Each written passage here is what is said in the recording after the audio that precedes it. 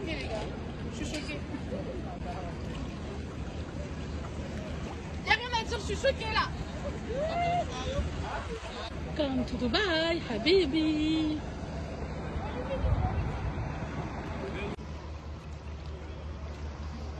C'est un fiasco, hein?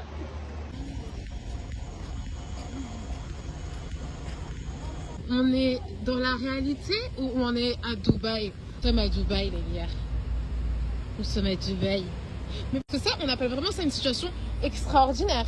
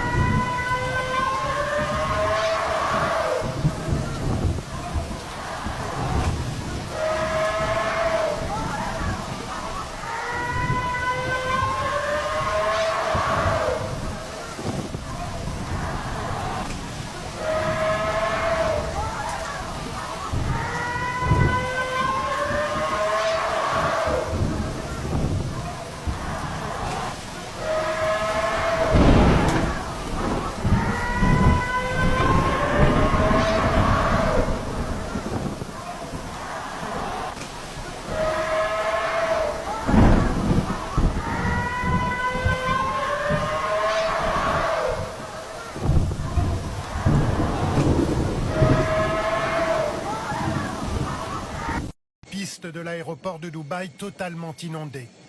Les avions obligés de se frayer un chemin au milieu des eaux de pluie. L'aéroport, l'un des plus fréquentés au monde, a dû suspendre l'arrivée des vols hier soir pendant 2 heures. Ce matin, l'activité était encore perturbée. D'impressionnants orages la nuit dans la mégapole émirati. C'est la réalité. J'ai jamais vu autant d'éclairs de ma vie. C'est fou. Dans ce pays en grande partie désertique, il est tombé en 24 heures l'équivalent de 2 années de pluie par endroit.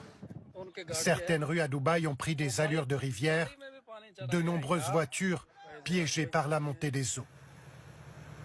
Des centres commerciaux ont également été inondés. Waouh, bienvenue dans le mall de Dubaï. Ça monte. Mais qu'est-ce qui se passe? À Dubaï, les écoles ont été fermées pendant 2 jours et les autorités ont exhorté les habitants à éviter à tout prix les zones inondées. D'autres pays du Golfe ont été touchés par ces pluies diluviennes. À Oman, 18 personnes ont perdu la vie avant-hier, leurs véhicules emportés par des crues exceptionnelles. Pas de victimes, heureusement, à Dubaï où le soleil était de retour ce matin. De nouvelles précipitations sont annoncées pour la fin de l'après-midi. L'histoire a changé. En août 2020, nous avons réuni les citoyens dans le cadre d'une concertation nationale pour discuter de l'organisation et de la conduite de la transition.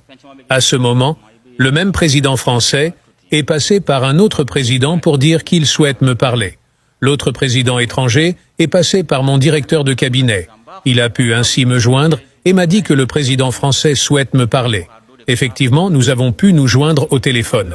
Nous nous sommes salués et il a demandé comment va le pays.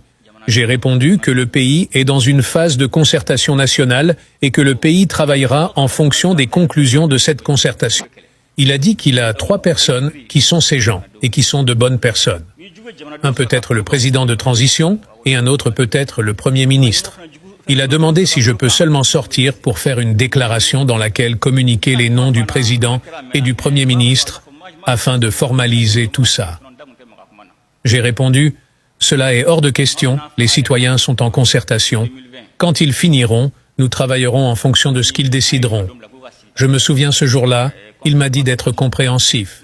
Il a dit que quand il disait quelque chose à Ibeka, Ibrahim Boubacar Keïta, celui-ci répondait qu'il allait y réfléchir et qu'Ibeka est resté dans les réflexions jusqu'à ce qu'il parte. Donc, qu'il faut que, moi, je cesse cela. J'ai répondu, non, cela est hors de question. Les citoyens sont en concertation. Quand ils finiront, nous travaillerons en fonction de ce qu'ils décideront. Nous ne nous sommes pas entendus. Il est parti de son côté, je suis parti de mon côté. Après cela, un autre État, qui est aussi un grand État, a envoyé son représentant au Mali qui m'a dit qu'il souhaite me parler. Celui-ci aussi est venu avec 2 noms disant que ce sont leurs gens et demandant si nous pouvons faire de l'un président de transition et de l'autre Premier ministre. Nous avons discuté, nous ne nous sommes pas entendus et nous avons laissé tomber les discussions. Troisièmement, nos discussions avec la CEDEAO ayant été difficiles ici au Mali, le président ghanéen nous a invités au Ghana. Ce jour-là, j'étais avec le ministre Wagué, mon directeur de cabinet et mes conseillers. Nous avons été au Ghana. Quand nous sommes arrivés au Ghana, nous avons rencontré ces présidents africains des États membres de l'UMOA et de la CEDEAO pour leur expliquer la situation de sorte qu'ils nous comprennent et que nos aspirations se réalisent. Le président avec lequel nous avons parlé est un Maninka. Les Maninkas sont des hommes francs et sincères.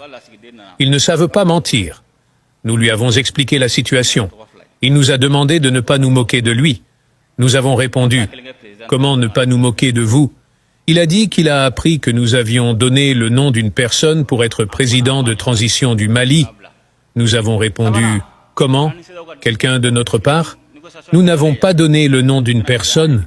Il n'a pas pu nous donner le nom de la personne. Au moment où nous devions commencer les discussions lors de la rencontre, quelqu'un est venu pour dire que non, tout est bon maintenant, que non, telle personne pourra assurer la transition. J'ai répondu, c'est non à cette personne.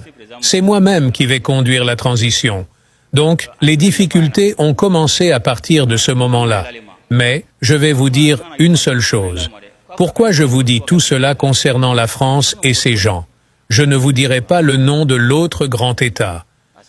Celui qui réfléchira un peu saura de quel État il s'agit. Toutes les personnes dont il s'agit sont aujourd'hui en vie au Mali. La France et ses 3 gens, l'autre grand État et ses 2 gens, la CEDEAO et ses gens. J'ai dit, dans tout cela, quels sont les gens du Mali? J'ai dit, si nous ne prenons pas nos responsabilités, ils vont semer le désordre dans notre pays et nous le donner ainsi. C'est pour vous dire qu'il n'y a pas d'amitié, il n'y a pas d'affection. Il faut que les Maliens acceptent que les dirigeants du pays soignent les leurs, que ceux qui entrent dans certains jeux sortent de cela. Personne ne viendra parce que les Maliens sont beaux ou ne sont pas beaux. Ils viennent pour leurs intérêts. Si quelqu'un intronise ces gens à la tête du Mali, ils travailleront pour lui. Vous travaillerez pour lui. C'est pourquoi il faut que les Maliens eux-mêmes désignent leurs représentants pour réaliser les aspirations des Maliens. J'ai dit tout cela pour faire comprendre aux Maliens que, concernant ceux qui posent un problème, il ne faut pas qu'ils se trompent. Tout ce que vous entreprendrez, il faut faire en sorte qu'il le soit dans le cadre de ce qui est voulu et décidé par les Maliens pour que les Maliens ne soient pas livrés au bon vouloir de quelqu'un d'autre.